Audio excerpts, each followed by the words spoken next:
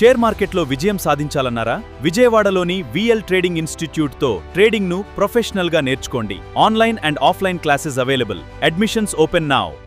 Welcome to day 48. అందరికీ నమస్కారం. ఈ రోజు మనం టెక్నికల్ అనాలిసిస్ లో అత్యంత ముఖ్యమైన కంటిన్యూషన్ ప్యాటర్న్ లో ఒకటైన పెన్నిట్ ప్యాటర్న్ గురించి తెలుసుకోబోతున్నాం. పెన్నిట్ ప్యాటర్న్ అనేది ఒక ట్రెండ్ కంటిన్యూషన్ ప్యాటర్న్ అండి. ఇది ఫ్లాగ్ ప్యాటర్న్ కి చాలా దగ్గరగా ఉంటుంది.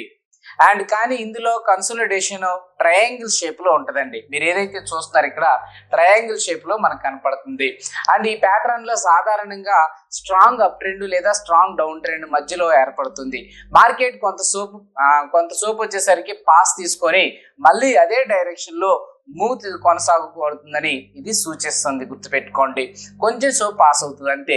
ప్రొఫెషనల్ ట్రేడర్స్ పెన్నిట్ ప్యాటర్న్ ని మొమెంటం ట్రేడింగ్ కోసం ఎక్కువగా ఉపయోగిస్తారు. ఈ ప్యాటర్న్ స్ట్రక్చర్ ప్రకారం అండ్ మొదట మార్కెట్ లో ఒక స్ట్రాంగ్ ప్రైస్ మూవ్ జరుగుతుంది. ఈ వేగవంతమైన మూవ్ను పోల్ లేదా ఫ్లాగ్ పోల్ అంటారండి. ఆ తర్వాత ప్రైస్ చిన్న ట్రయాంగిల్ షేప్ లో కన్సోలిడేషన్ జరుగుతుంది. సో ఈ సమయంలో హైస్ క్రమంగా తగ్గుతాయి, లోయస్ క్రమంగా పెరుగుతాయి. దీంతో రెండు ట్రెండ్ లైన్లు ఒకదానికొకటి దగ్గరవుతాయి. పెన్నిట్ షేప్ గా ఏర్పడుతుంది. చివరిగా ప్రైస్ ట్రయాంగిల్ నుండి బ్రేక్అవుట్ లేదా బ్రేక్ డౌన్ ఇస్తుంది. ఇది పెన్నిట్ ప్యాటర్న్ యొక్క పూర్తి స్ట్రక్చర్ అండి. దీని యొక్క మార్కెట్ సైకాలజీ పూర్తిగా మీరు చూసినట్లయితే పోల్ ఫార్మేషన్ సమయంలో బయ్యర్స్ లేదా సెల్లర్స్ చాలా అగ్రెసివ్ గా ఉంటారు. దీంతో మార్కెట్ లో స్ట్రాంగ్ మూమెంటం కనిపిస్తుంది. ఆ తర్వాత ట్రేడర్స్ కొంత ప్రాఫిట్ బుకింగ్ చేస్తారు, కొంత ట్రేడర్స్ ఎంట్రీ కోసం వెయిట్ చేస్తారు. దీంతో మార్కెట్ కొంతసేపు బ్యాలెన్స్ లోకి వస్తుంది. బయ్యర్స్ మరియు సెల్లర్స్ మధ్య తాత్కాలిక సమతుల్యం ఏర్పడుతుంది. కానీ ఈ బ్యాలెన్స్ ఎక్కువ సేపు ఉండదండి. మొమెంటం మళ్ళీ పెరిగినప్పుడు బ్రేక్అవుట్ వస్తుంది. ఆ తర్వాత ట్రెండ్ తిరిగి కొనసాగుతుందండి.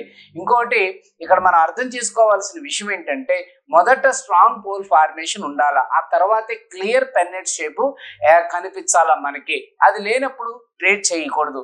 ట్రయాంగిల్ లో ఎంట్రీ తీసుకోవడానికి తొందరపడకూడదు. బ్రేక్అవుట్ కన్ఫర్మేషన్ కోసం వెయిట్ చేయాల్సిందే కంపల్సరీ. ఎప్పుడైతే బ్రేక్అవుట్ అవుతుందో అక్కడ వాల్యూమ్ యావరేజ్ కంటే ఎక్కువగా ఉండాలి. అండ్ బుల్లిష్ పెన్నెట్ అయితే బ్రేక్అవుట్ పైకి వస్తుంది, బేరిష్ పెన్నెట్ అయితే బ్రేక్ డౌన్ కిందకు వస్తుంది. అంటే అది మనం అర్థం చేసుకోవాలి.